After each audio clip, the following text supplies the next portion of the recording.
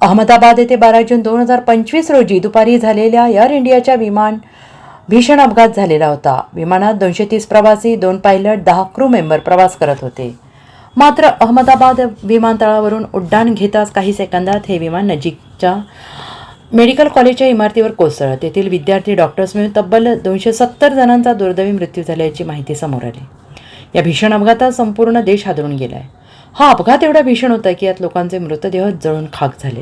काहींचे अवशेष देखील सापडले नाहीत. त्यामुळे त्यांची ओळख पटवणं कठीण जात आहे.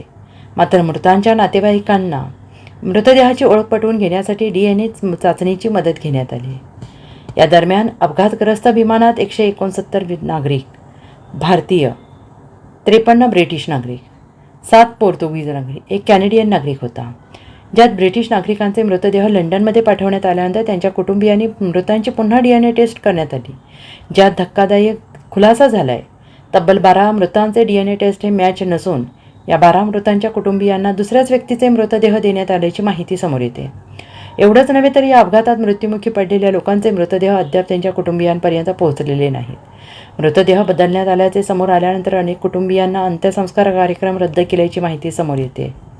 Bureau report, SBN Marathi, Ahmedabad.